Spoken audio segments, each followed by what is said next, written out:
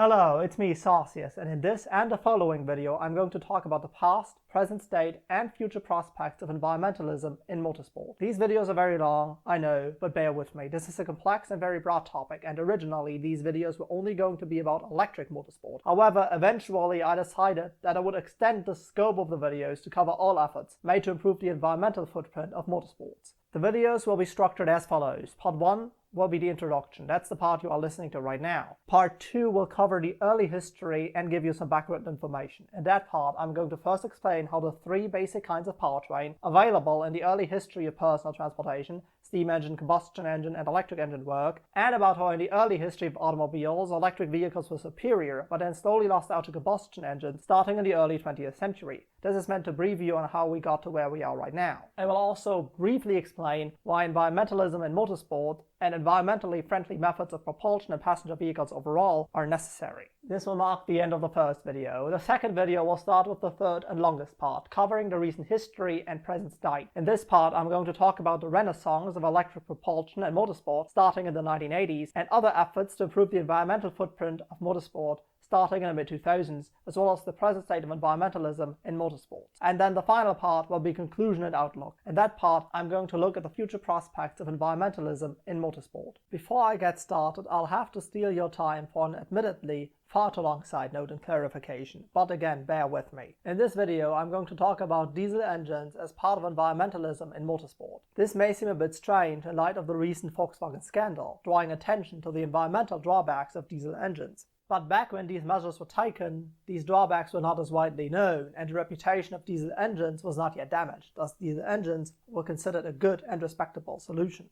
Diesel engines have a couple of environmental benefits over petrol engines. For one, they are more efficient than petrol engines. Their exhaust is also in many ways cleaner than the exhaust of petrol engines. The exhaust of diesel engines contains very little carbon monoxide and hydrocarbons such as methane. Carbon monoxide is of course poisonous to humans and animals, since it interferes with our blood's ability to carry oxygen by competing with it for the hemoglobin in our bloodstream. And methane is a greenhouse gas 34 to 72 times as potent as CO2, depending on the time frame you use for the rise in temperature it causes, and thus greatly responsible for global warming.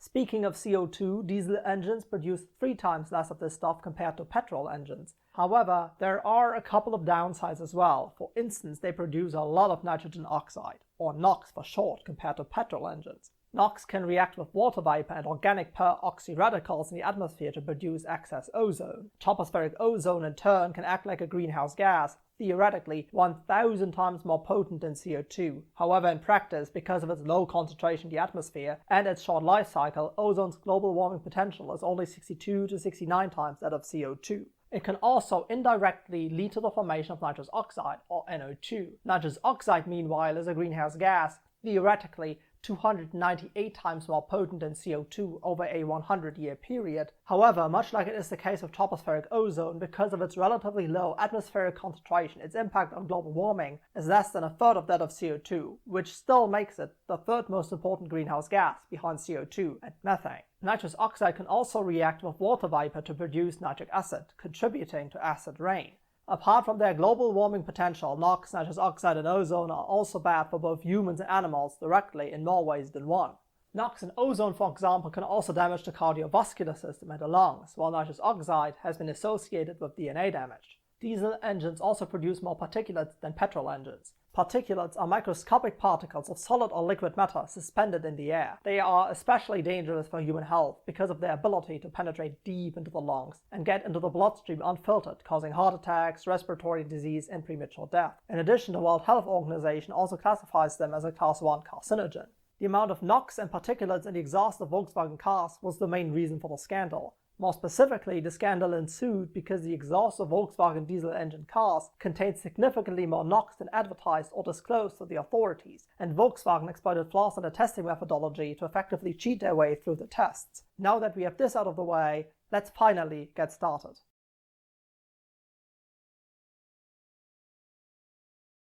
In the early years of personal transportation, there were three competing forms of propulsion: steam, combustion, and electric. The earliest form of propulsion in personal transportation is steam. Highly oversimplified, a steam engine works as follows. Coal is burnt in a fire. The heat from said fire then heats up a boiler filled with water. This causes the water to turn into steam. The steam is then fed into a cylinder where it causes a piston to move back and forth. And this movement then in turn drives a machine of some type attached to the piston. If you want a more detailed explanation, I would recommend you a video by Real Engineering called Steam Engine. How does it work? You can search it on YouTube or follow the corresponding link in the pastebin doc linked in the description below.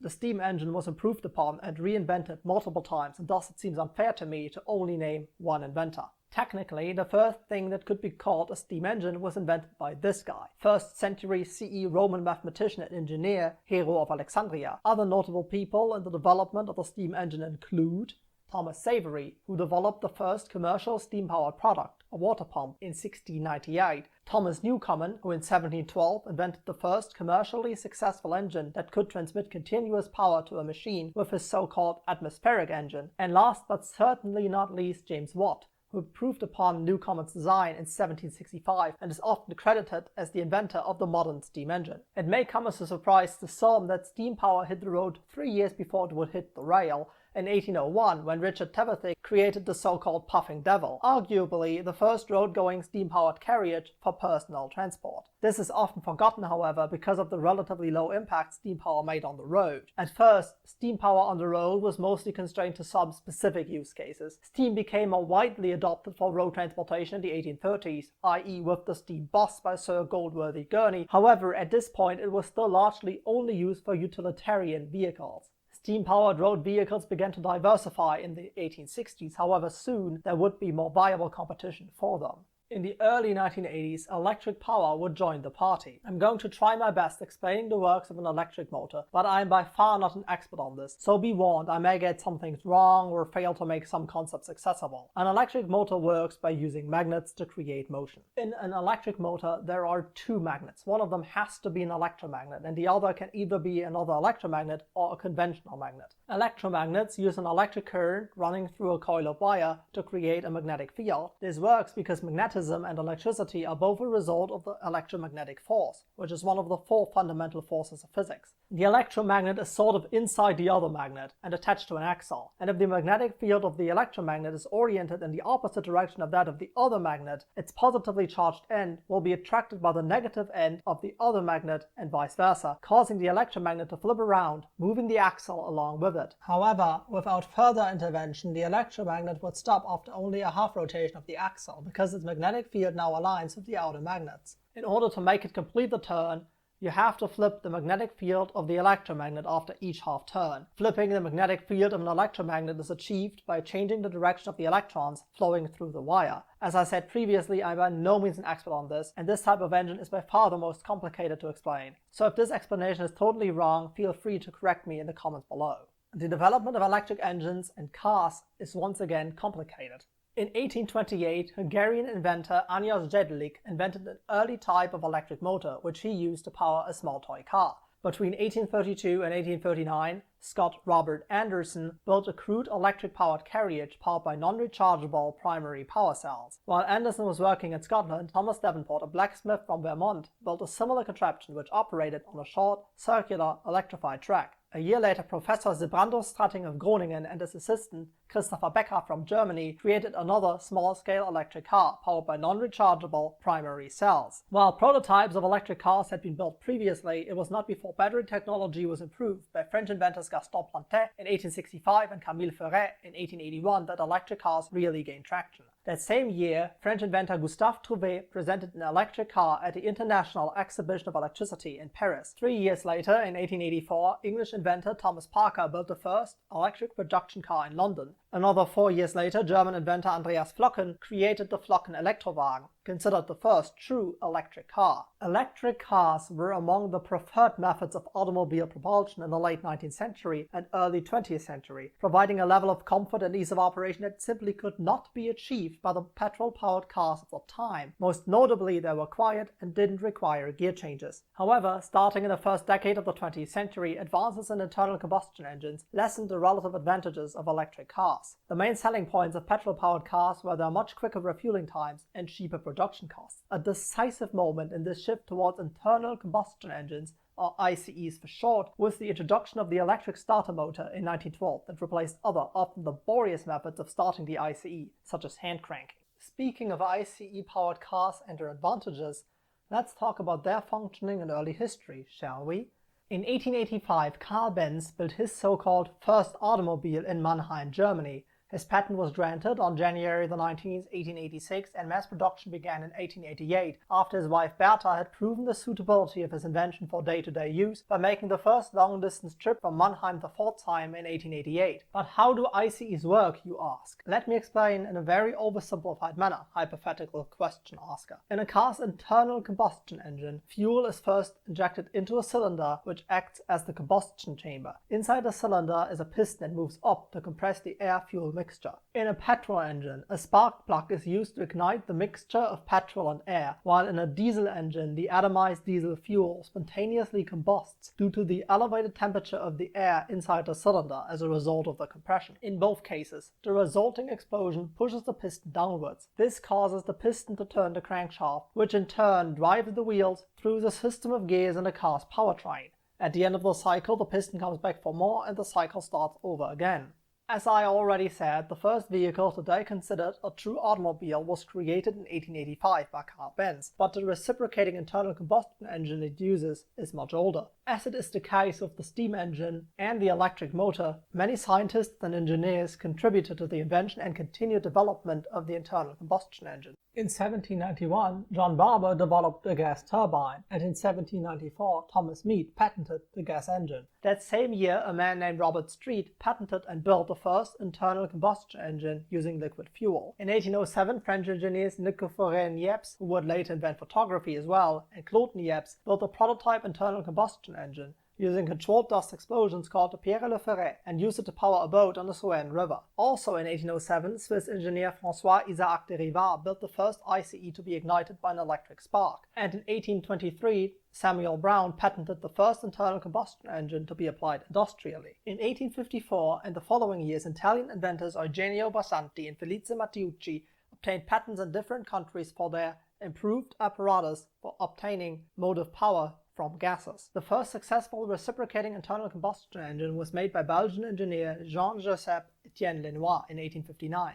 Lenoir's design was then improved upon by German engineer Nikolaus Otto, who patented the first atmospheric gas engine in 1864. In 1872, American George Brayton invented the first commercial liquid-fueled internal combustion engine. Finally, in 1876, Nikolaus Otto, working with Gottlieb Daimler and Wilhelm Maybach, patented the compressed-charged four-cycle engine. Now that the three main types of propulsion for passenger vehicles had been established, the different types, or rather their developers, competed for the market. When it comes to methods of propulsion in cars, there are many aspects to consider when trying to establish what's best, like noise or range or ease of use. For the purposes of this video, I'm going to use speed, or more specifically, the land speed record. In the very early years, or rather month of the record, it was dominated by electric-powered cars. The first record was set on December the 18th, 1898 by Gaston de Chasseloup-Loubat at 63.15 km per hour in Arches, France, using his electrically powered Gentil Duc. This started somewhat of a rivalry between de Chasseloup-Loubat and another guy called Camille Genatzi, where they would try to break their respective records pretty much right after they were set. This rivalry ended on April the 29th, 1899, when Camille Genatzi became the first person to drive a car at greater than 100 km per hour when achieving a speed of 105.88 km per hour using his Citar No. 25 La Jamar Content.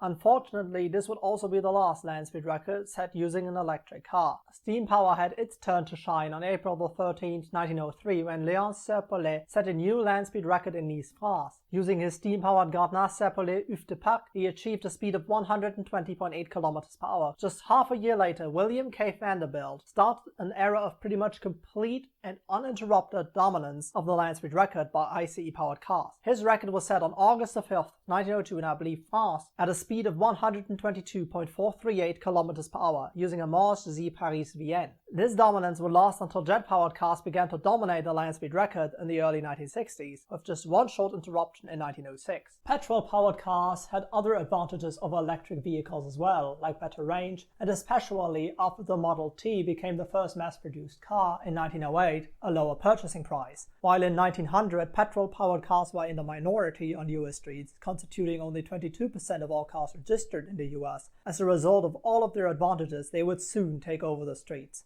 So, since cars powered by internal combustion engines burning petrol and diesel fuel have served us so well in motorsports and in general, you may ask yourselves, why is environmentalism in motorsport, and especially an increased use of electric race cars, good and necessary? And I would of course be delighted to answer you that question. Cars powered by internal combustion engines release CO2, nitrogen oxide, and hydrocarbons such as methane through their exhaust. They are all bad for the environment, but I'm going to focus on CO2 for the purposes of this explanation. CO2, among others, is a greenhouse gas that contributes to global warming if it is present in the atmosphere in excess amounts. It does this by absorbing and re-emitting heat being radiated from Earth in the form of infrared radiation, thus keeping it from escaping into space. As a result of this, the lower atmosphere heats up and the surface temperature on Earth increases too. This is called the greenhouse effect, and it's fundamentally good, because without it, the surface temperature on Earth would be a freezing -18 degrees centigrade. However, as with many things in life, too much of a fundamentally good thing is often bad, and the excess CO2 and other greenhouse gases pumped into the atmosphere by humans heated our atmosphere up too much. The resulting rise in surface temperature causes polar ice to melt, releasing the water stored within into the oceans, which in turn causes sea levels to rise. The resulting rise in sea levels means that relatively soon the parts shown on this map in red may be underwater. This may seem insignificant to you, but consider that many big cities like New York, for example, are on the coast and thus in the red part of this map. The relatively rapid rise in average surface temperatures has other negative effects of its own, too. Many species will not be able to evolve quickly enough to survive the dramatic change in their environment, causing them to go extinct. The resulting loss in biodiversity could have dire consequences that can't really be predicted in scope at this point. After this explanation, you should have understood that too much CO2 in the atmosphere is bad, and cars put CO2 into the atmosphere, causing the levels of it within it to rise. Combating climate change is of paramount importance, and in order to do that, a large-scale shift in personal transportation towards sustainable methods of propulsion needs to take place. Motorsports will have to follow and, in my opinion, even lead this trend in order to stay relevant in the decades to come. Over the decades, the desire of automakers to win prestigious auto races has contributed to the continued improvement of internal combustion engines and car technology in general. Apart from driving innovation, motorsports has also provided automakers with a testbed to approve new technologies on the track before unleashing them onto the general consumer. Surely motorsports could do the same for electric vehicles as well, and in my opinion it needs to do it. In the next part, I'm going to talk about the renaissance of electric cars in motorsport, starting with their use in hill climbing starting in the early 1980s, about the history of modern environmentalism and alternative fuels in motorsports, and about the future prospects of environmentalism in motorsports. I hope you found this video interesting, and if that's the case, please consider liking the video and subscribing to the channel. Also consider checking out some of the other videos on my channel. As always, sources and links for further viewing and reading can be found in the Pastebin doc linked in the description below. Anyway, that was it for this video. See ya!